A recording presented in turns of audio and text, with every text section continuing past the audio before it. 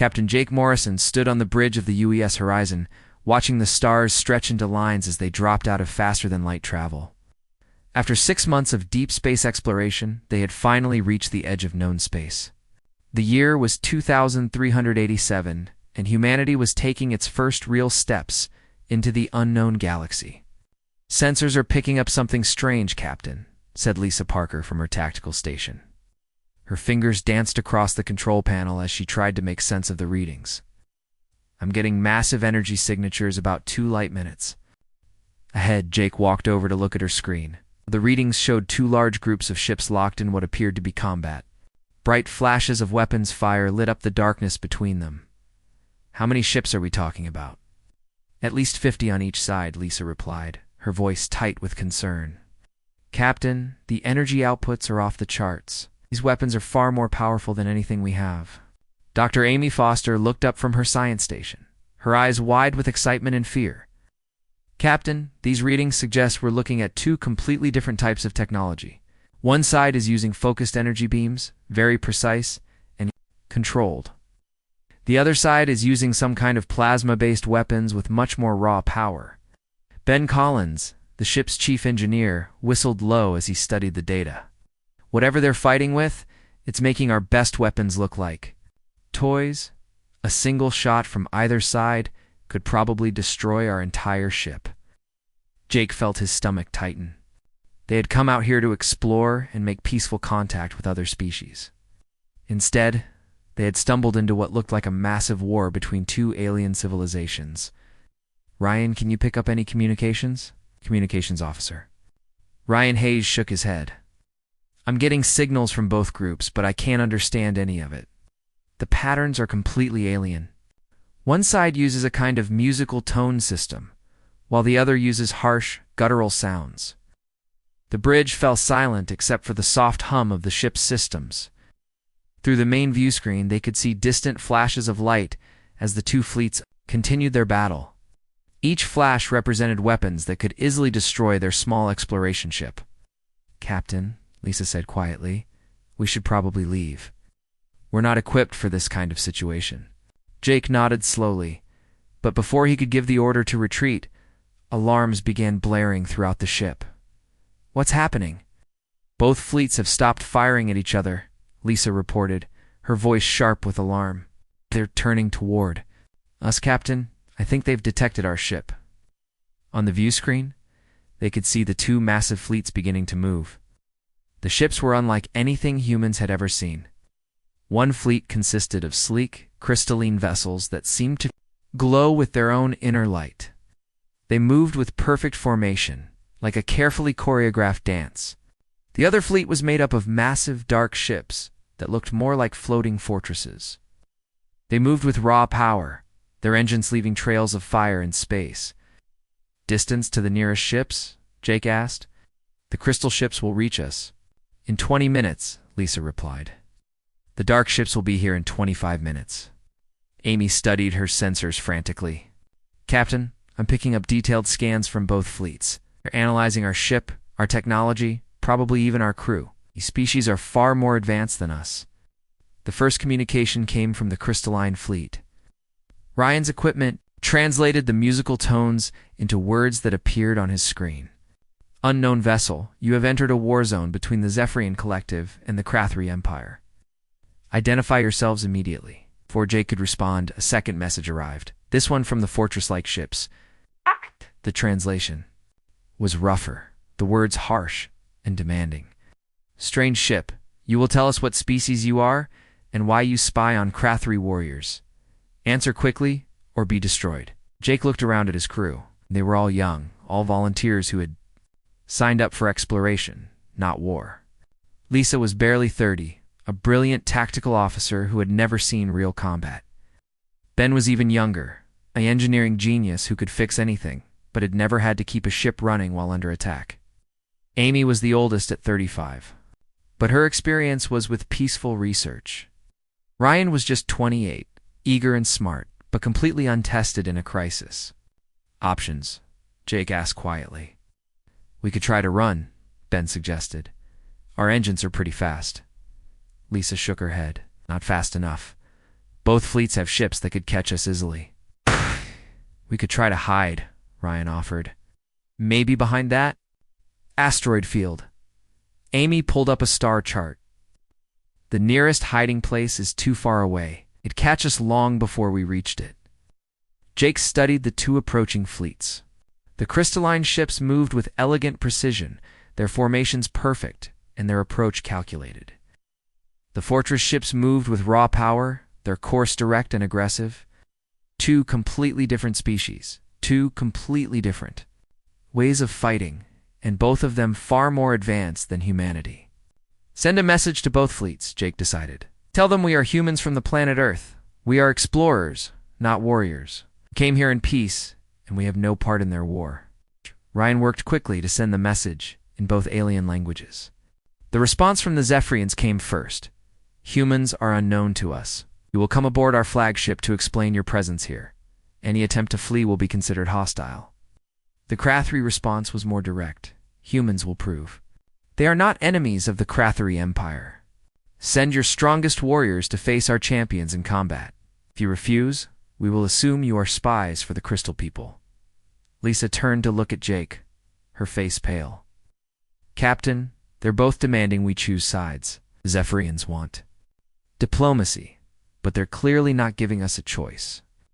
The Krathri want to test our strength through combat, and if we don't satisfy either one of them, they'll probably both attack us. Ben added grimly. Amy studied the sensor readings from both fleets. Captain, from what I can tell, these two species have been fighting each other for a very long time. Their technology shows signs of constant warfare adaptation. They've been locked in this conflict for probably decades, maybe centuries. Jake walked to the front of the bridge and stared out at the approaching fleets. Humanity's first contact with alien life, and it had to be with two species locked in an ancient war. Both sides were more powerful than Earth's entire space fleet combined, and both were demanding that humans take sides in a conflict I knew nothing about. The Zephyrian ships were now close enough to see clearly.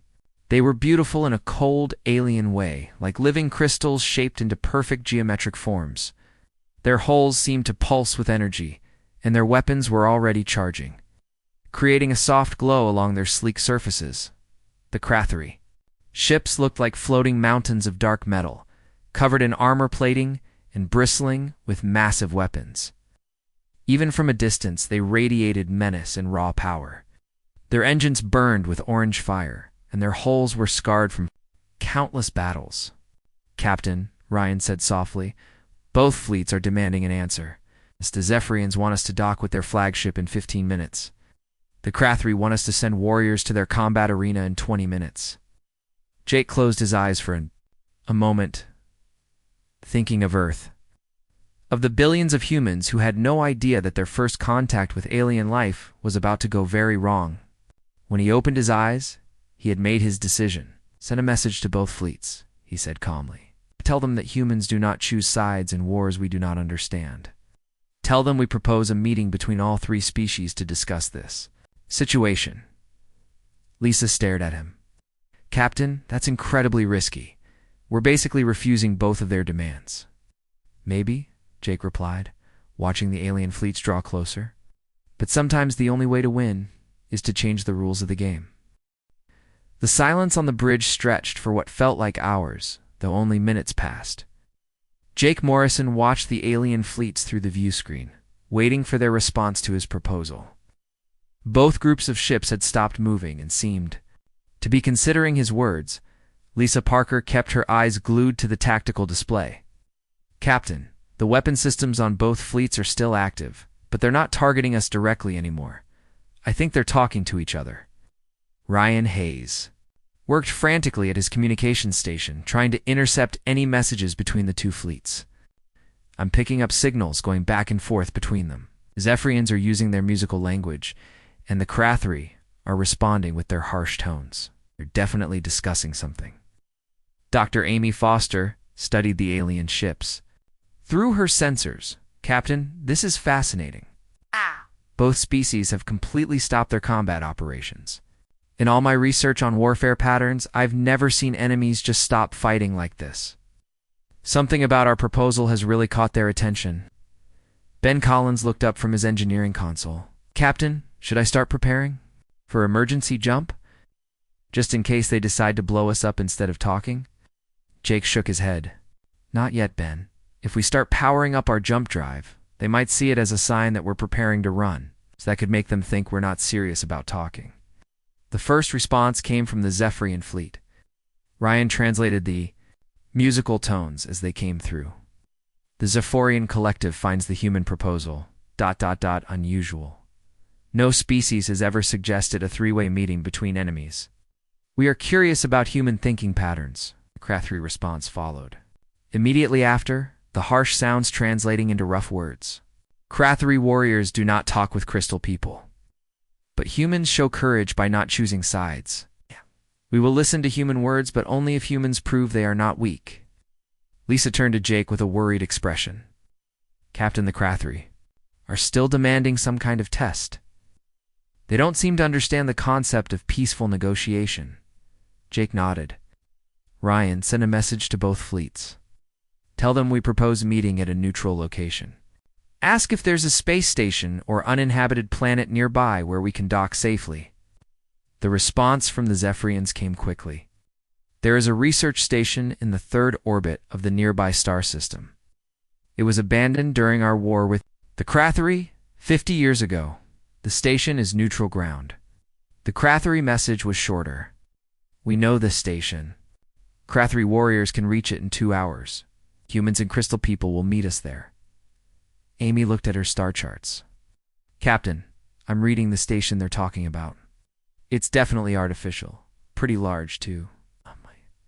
My sensors show. It's been damaged by weapons fire. It might not be safe.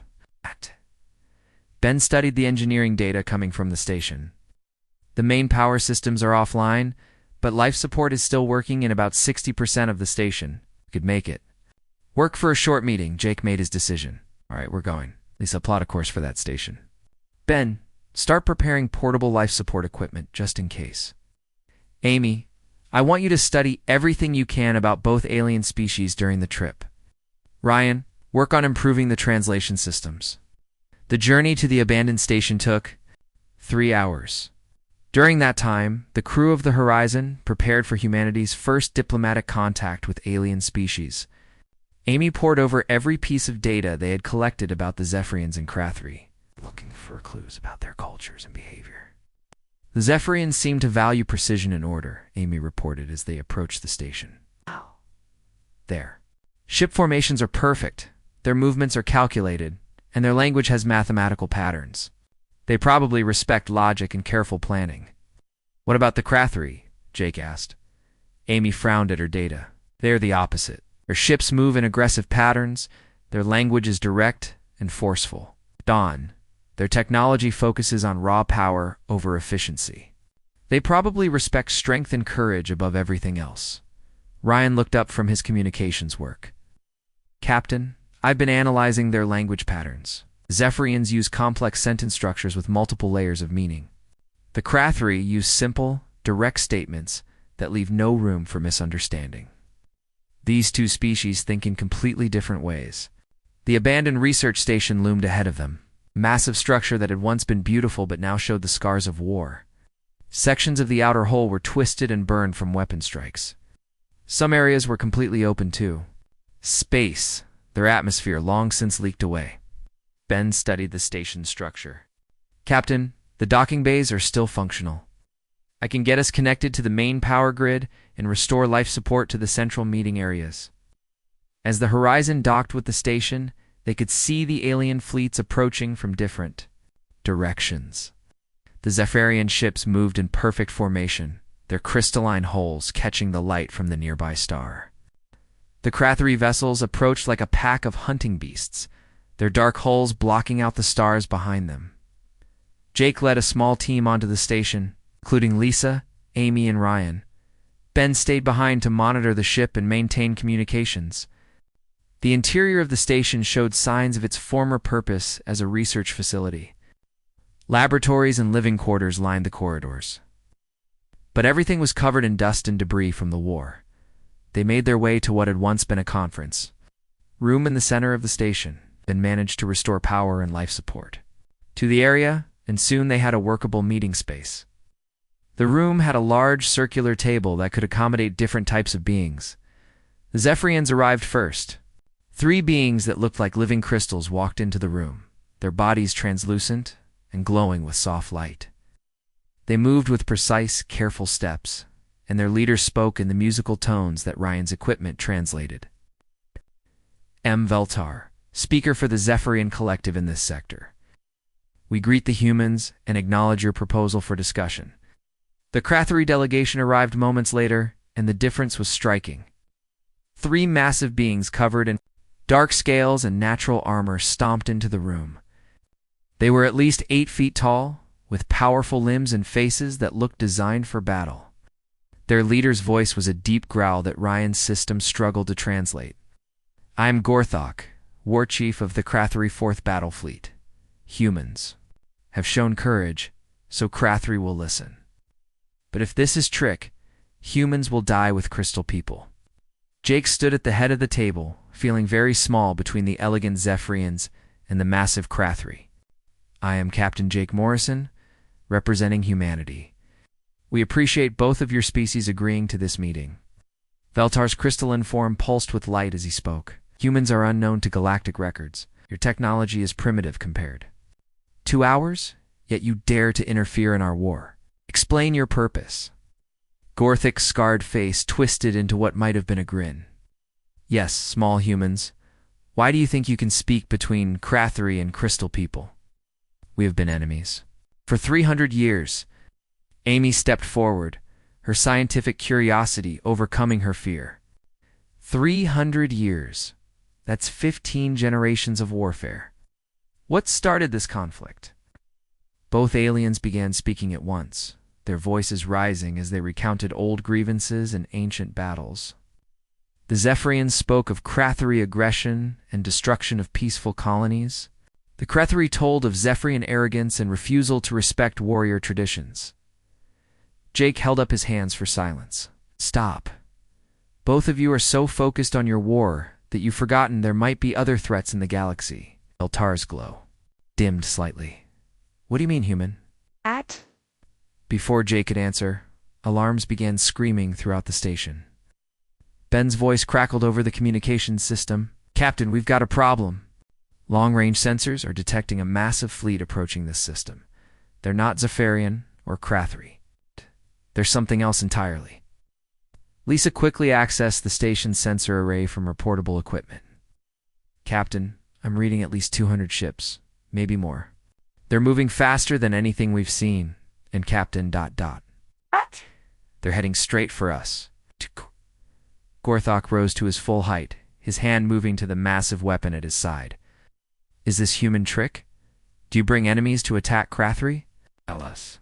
Crystal body flared with angry light. The humans have led others to our location. This violates all principles of neutral meeting.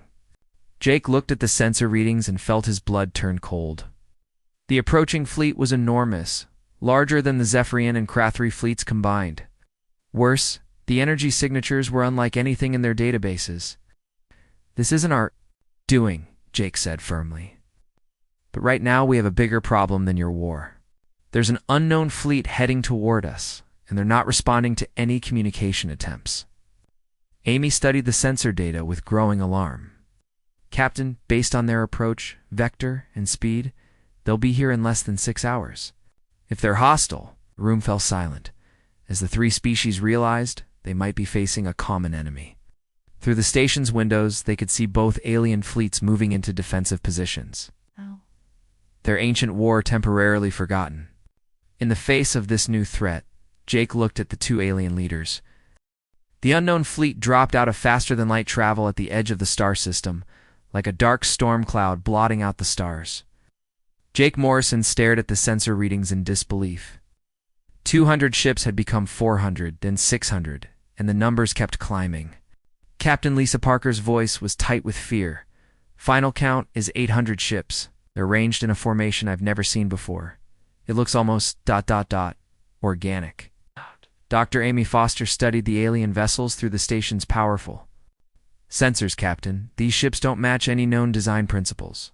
They're not built like the Zephyrian crystal ships or the Krathri fortress vessels. They look like they're grown rather than constructed. In the conference room, Veltar's crystalline body had gone completely dark, all light drained from his form.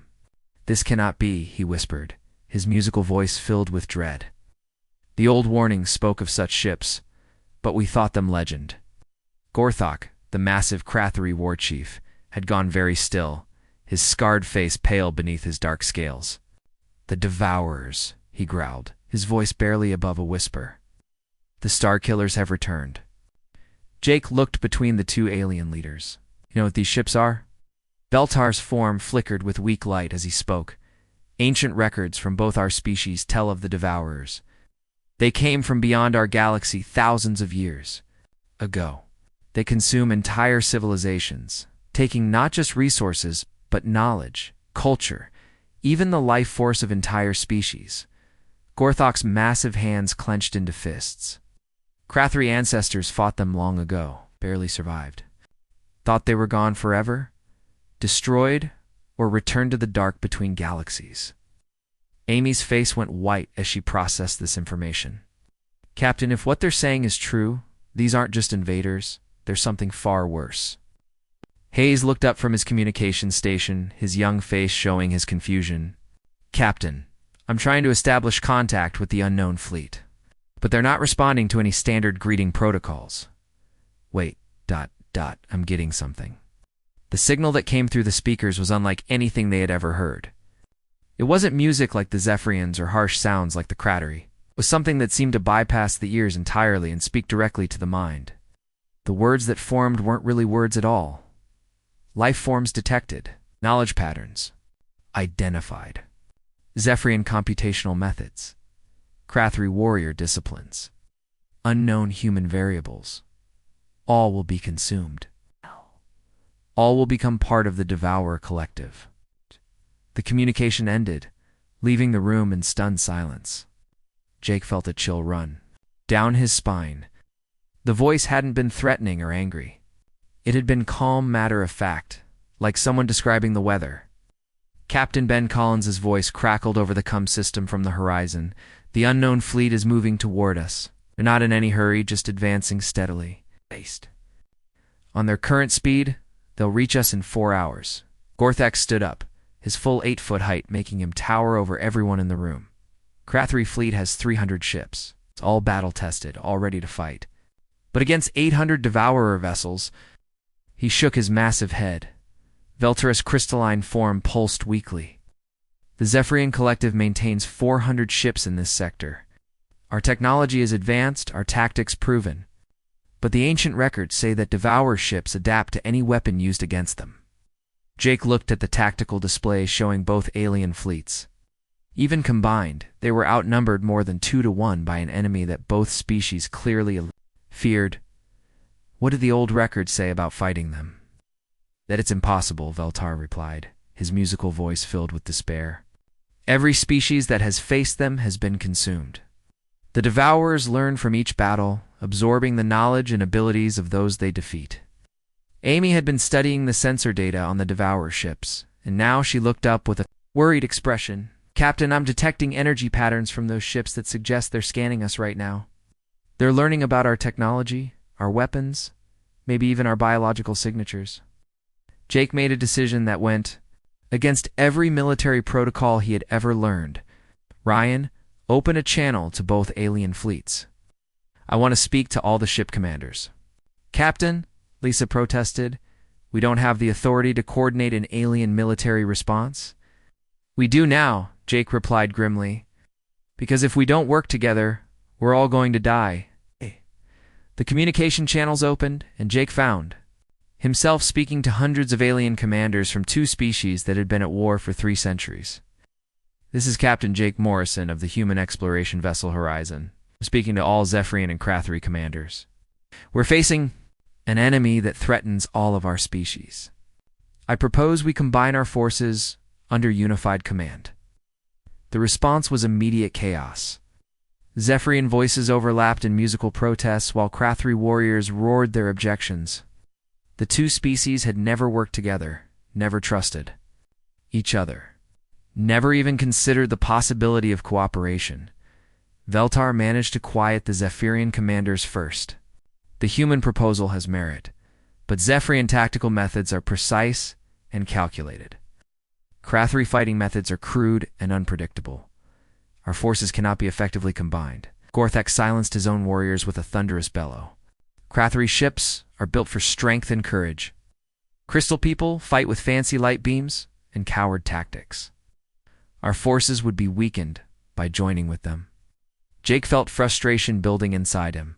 Even facing extinction, these two species couldn't see past their ancient hatred. Both of your species are about to be wiped out, and you're still arguing about fighting styles. Amy stepped forward, her scientific mind working on the problem. Captain, maybe we're approaching this wrong. Instead of trying to make them fight together, maybe we need to understand what makes the Devourers so dangerous. She turned to address both alien leaders. You said the Devourers adapt to any weapon used against them. How do they do that? Veltar's form brightened slightly as he accessed ancient Zephyrian records. The old texts say that Devourer ships are partially organic. They can change their structure, modify their defenses, even alter their weapons based on what they encounter in battle. Gorthak nodded grimly. Krathri legends tell of warriors who fought bravely against the Starkillers, only to watch their enemies copy their tactics and use them better than the warriors themselves. Amy's eyes lit up with sudden understanding. Captain, that's it. The Devourers are perfect at adaptation, but they need something to adapt to. What if we could create something they've never encountered before? What do you mean? Jake asked. Amy looked around the room at the two very different alien species. The Zephyrians use precise, calculated tactics. The Krathri use aggressive, instinctive methods. The Devourers have probably faced both types of warfare before and learned to counter them. But what if we combine both approaches in ways that have never been tried? Veltar's crystalline form pulsed with interest. Human thinking patterns are ... unusual. You suggest creating hybrid tactical methods? Gorthek's scarred face showed skeptical interest. Mixing crystal people precision with Krathri strength has never been done. Might not work. Jake felt a spark of hope. It might not work, but it's better than fighting separately and losing.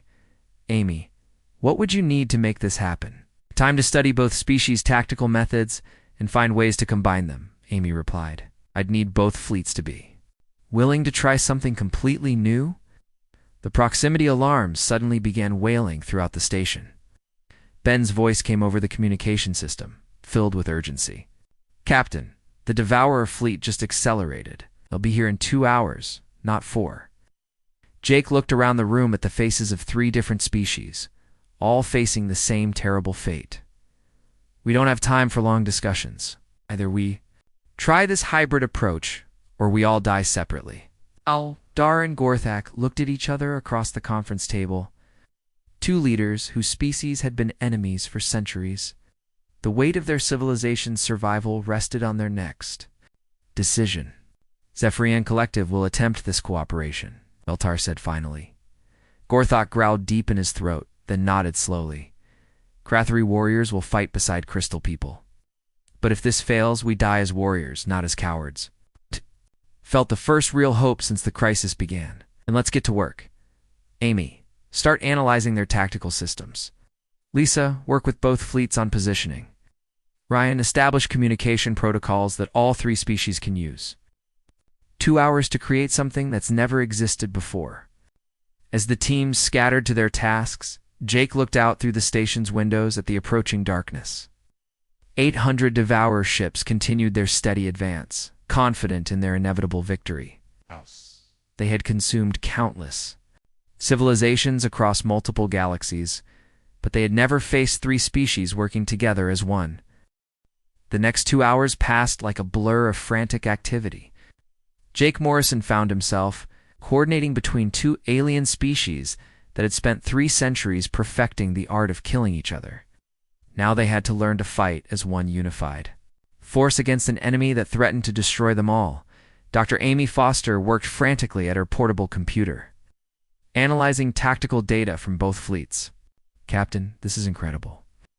The Zephyrian ships use mathematical precision to calculate perfect attack angles and weapon timing. The Krathri ships rely on aggressive charges and overwhelming firepower to break enemy formations. Lisa Parker studied the fleet positions on her tactical display. The problem is that both approaches work against normal enemies, but the Devourers have faced these tactics before. They've probably already figured out how to counter both strategies. Ben Collins had returned from the horizon with additional equipment and was working to establish communication links between all the ships. Captain, I've managed to create a network that can coordinate targeting data between Zephyrian and Krathri vessels.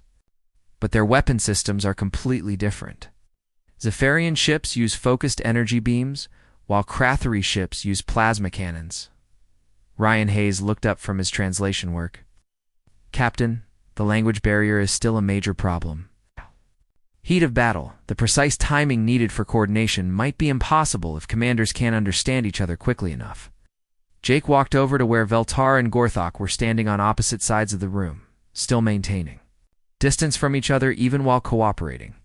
We need to practice working together before the Devourers arrive. Can your fleets run a quick training exercise? Veltar's crystalline form pulsed with uncertain light. Zephyrian tactics require careful planning and precise execution. Methods appear chaotic and unpredictable. How can such different approaches be combined? Gorthok's massive arms crossed over his armored chest. Krathri warriors trust, strength, and courage. Crystal people rely on fancy calculations and complex plans. These methods have never been mixed because they oppose each other. Amy looked up from her analysis. That's exactly why it might work. Captain, I think I've found something. Look at these battle patterns. She projected data onto the room's main screen, showing tactical formations from both species. The Zephyrian ships form perfect geometric patterns that maximize their energy weapon efficiency. Krathri ships attack in wave formations that use raw power to break through defenses. But what if we combined them? The display changed to show a new formation that Jake had never seen before. Zephyrian ships formed the precise mathematical framework. Krathri vessels filled the gaps with their aggressive positioning. The result looked like organized chaos, a formation that had structure but also unpredictability. Provide the strategic framework, Amy explained excitedly. Their calculations determine optimal positioning and timing. The Krathri provide tactical flexibility within that framework, adapting to changing conditions with their warrior instincts. Veltar studied the formation with growing interest. This pattern uses Zephyrian computational advantages while allowing for Krathri improvisation. It is ... mathematically elegant yet strategically flexible. Gorthok nodded slowly, his warriors mind grasping the concept. Crystal people make the plan. Krathri warriors make it work in battle. Both species contribute strength. Jake felt hope growing stronger. Can your fleets try this formation? You need to practice before the real battle begins. The next hour was chaotic, as 700 alien ships tried to arrange themselves in a formation that had never been attempted before. Zephyrian commanders struggled to accommodate Krathri's unpredictability in their precise calculations. Krathri warriors found it difficult to follow Zephyrian mathematical positioning requirements. This is not working, Lisa reported as she watched ships nearly collide while trying to form the hybrid formation. The Zephyrian ships keep trying to correct the Krathri positions. The Krathri ships keep breaking formation to follow their combat instincts. Ben wiped sweat from his forehead as he struggled to maintain communications between the feuding fleets. Captain, I'm getting complaints from both sides. The Zephyrians say the Krathri are ruining their precise calculations. The Krathri say the Zephyrians are trying to control their warrior spirit. Amy studied the failed practice attempts with growing frustration. Problem is that each species is still thinking in their own way. They're not truly combining their approaches, just trying to force them together. Jake realized what was missing. The two alien species needed someone to bridge the gap between their completely different ways of thinking. Someone who could understand both approaches and help them work together. I have an idea, Jake announced. What if humans coordinate the combined formations? We don't have the mathematical precision of the Zephyrians or the warrior instincts of the Krathri, but we can understand both approaches and help them work together. Veltar's crystalline form brightened with interest. Human thinking patterns are different from both Safarian and Krathri methods. You might be able to translate between our approaches. Gorthok's scarred face showed grudging respect. Humans showed courage by proposing this alliance. Perhaps human minds can make it work. Jake turned to his crew. Lisa, can you work with both alien tactical officers to create real-time coordination protocols? Amy, I need you to keep analyzing Devourer capabilities and suggest counter-strategies. Ryan, establish direct communication links between our ship and the fleet commanders. Ben, make sure all our systems stay running no matter what happens. The second practice attempt went much better. With human coordinators serving as translators between Zephorian precision and Krathri aggression, the hybrid formations began to take shape. Zephorian ships provided the mathematical framework for optimal positioning, while Krathri vessels added unpredictable tactical elements that made the overall formation impossible to predict. Captain, Lisa reported with excitement, the formation is actually working. The Zephorians calculate the best possible attack angles, and the Krathri ships use those calculations as starting points for their improvised tactics. The result is a fighting style that's both precise and unpredictable. Amy studied the energy readings from the practice formations. Captain, this is remarkable. The combined weapons fire creates interference patterns that are completely random.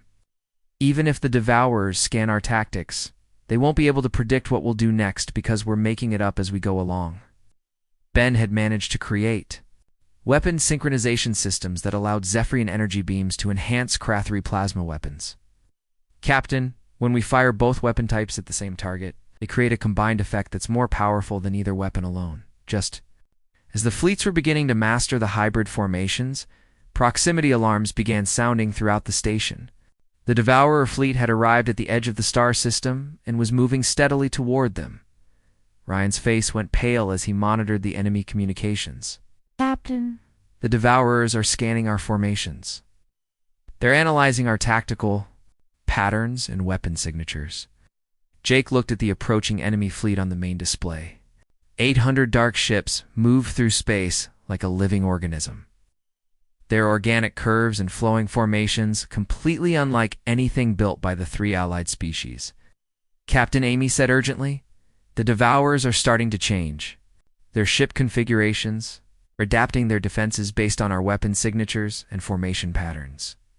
Velta's crystalline form flickered with worry. As expected. The ancient records say that Devourers learn from everything they observe. By the time they reach us, they will have adapted to counter our tactics. Gorthok's massive hands moved. To his weapons, a Krathri, instinct when facing a superior enemy. Then we must change our tactics faster than they can adapt. We must become unpredictable. Jake suddenly understood what they had to do. That's it. We don't just use hybrid tactics, we keep changing them throughout the battle. Every time the Devourers adapt to one approach, we switch to something completely different. Amy's eyes lit up with understanding.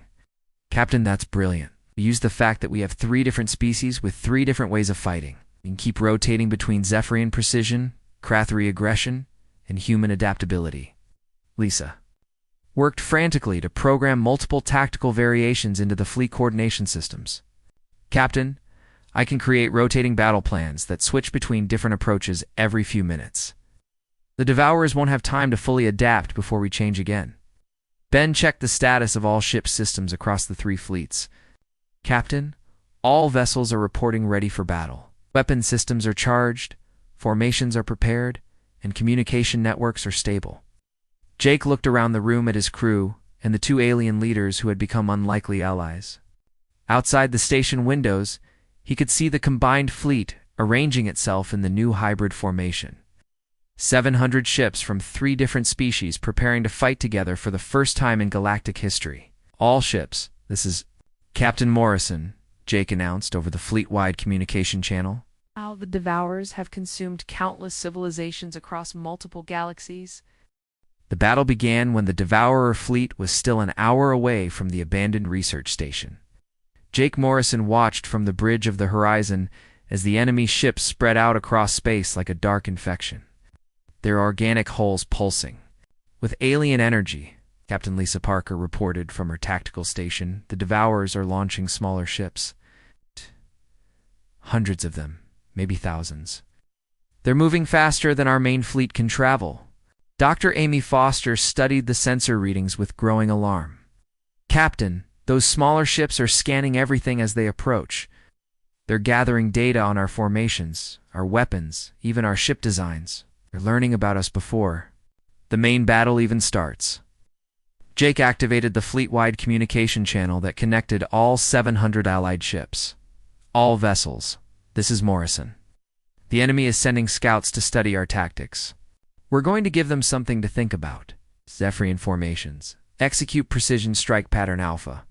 The crystalline Zephyrian ships moved with mathematical perfection.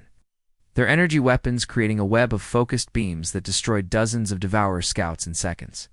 The remaining scout ships immediately began adapting, their organic hulls shifting to better deflect the energy attacks. Krathri formations. Execute aggressive charge pattern beta, Jake ordered. The massive Krathri ships roared forward like angry beasts, their plasma cannons firing in overwhelming volleys that shattered more scout ships. But again, the surviving Devourers adapted quickly, their hulls becoming thicker and more resistant to plasma damage. Ben Collins monitored the weapon effectiveness from his engineering station. Captain, just like the ancient records predicted, after each attack, the Devourer ships that survive become harder to damage with the same weapons. Perfect, Jake replied, surprising his crew.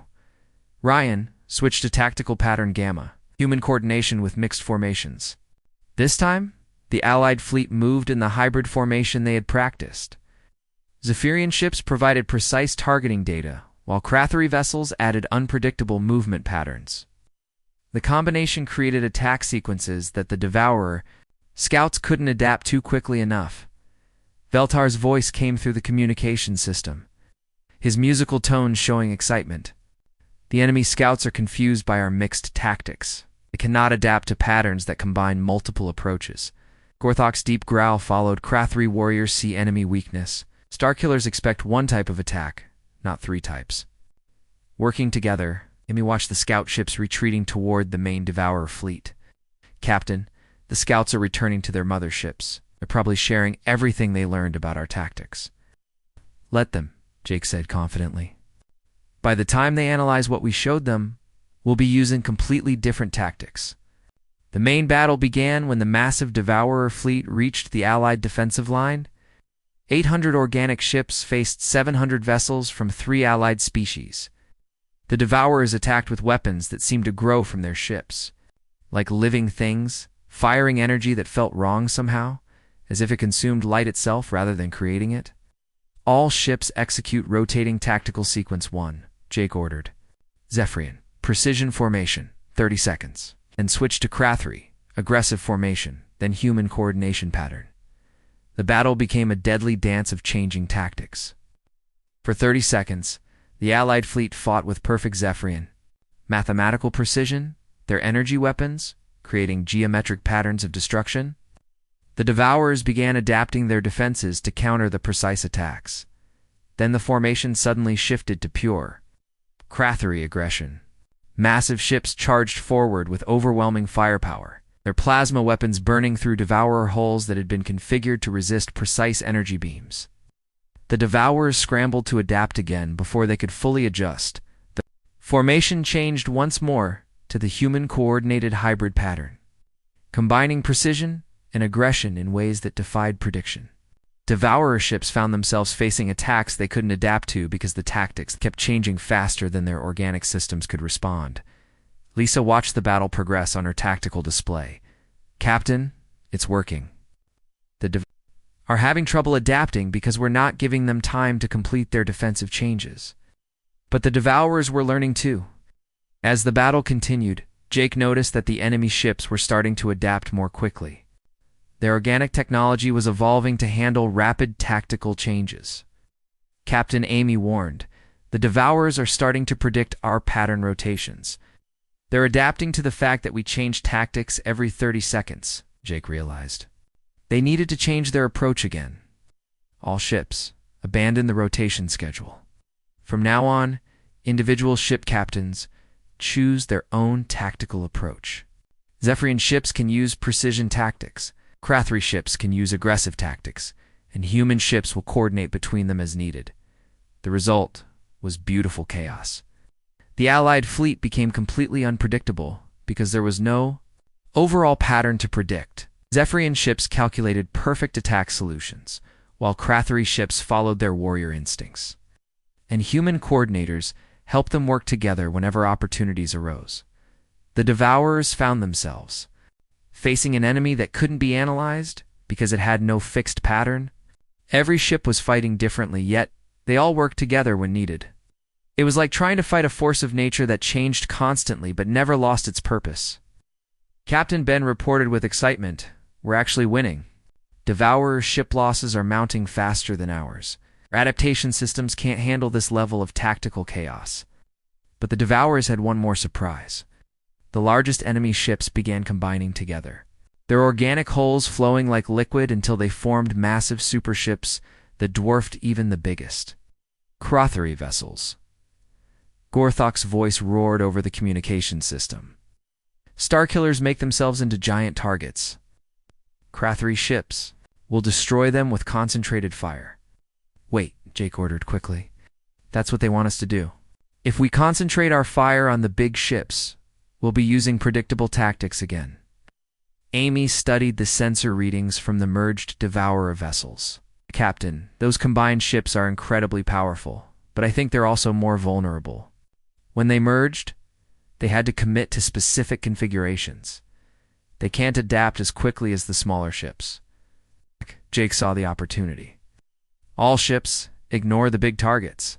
Focus on the smaller Devourer ships that are protecting them. Use maximum tactical chaos. Every ship fights its own way." The Allied fleet scattered across the battlefield like a swarm of angry insects. Zephyrian ships used their mathematical precision to pick off small targets with surgical strikes. Krathri vessels charged into enemy formations with devastating close-range attacks. Human ships coordinated surprise attacks that combined both approaches. The large Devourer superships found themselves surrounded by chaos they couldn't control. Their massive weapons were designed to destroy large formations, but the Allied ships were no longer fighting in formations. They were fighting as individuals who worked together only when it helped them. Captain Lisa reported with growing excitement, "The large Devourer ships are trying to split back into smaller vessels. But our ships are attacking them while they're vulnerable during the separation process." The tide of battle turned as the Devourers realized they were facing something they had never encountered before. Every previous enemy had fought with predictable patterns that could be analyzed and countered. But the Allied fleet fought with controlled chaos that couldn't be predicted, because it was constantly changing. Veltar's musical voice carried across the communication channel. "Devourer ships are retreating toward the edge of the system. Their formation is collapsing." Gorthak's triumphant roar followed. "Starkillers run from Krathri warriors and crystal people. They fear our combined strength." Jake watched the enemy fleet withdraw, but he didn't feel victorious yet. All ships maintain pursuit, but stay in formation. Don't let them regroup and adapt to our tactics. The final phase of the battle was more like a hunt than a fight. The Allied fleet pursued the retreating Devourers, constantly changing tactics to prevent them from adapting. Ships that tried to stand and fight were overwhelmed by unpredictable combinations of precision and aggression. When the last Devourer ship disappeared into faster-than-light travel, the battlefield fell silent, except for the soft hum of Allied ship engines. For the first time in galactic history, the Devourers had been defeated. Jake opened the fleet-wide communication channel. "Ships, this is Captain Morrison. The enemy has been defeated and driven from this system. Today, 3 species proved that cooperation is stronger than any individual strength." In the weeks that followed, the alliance that had been forged in battle became something permanent. Veltar and Gorthak met again at the research station, but this time as allies planning a shared future rather than enemies forced together by necessity. The Zephyrian Collective formally requests that humans serve as coordinators in future military operations, Veltar announced, his crystalline form glowing with respect. Gorthak nodded his massive head. "Krathri Empire agrees. Human thinking makes Crathery's strength and Crystal People precision work together.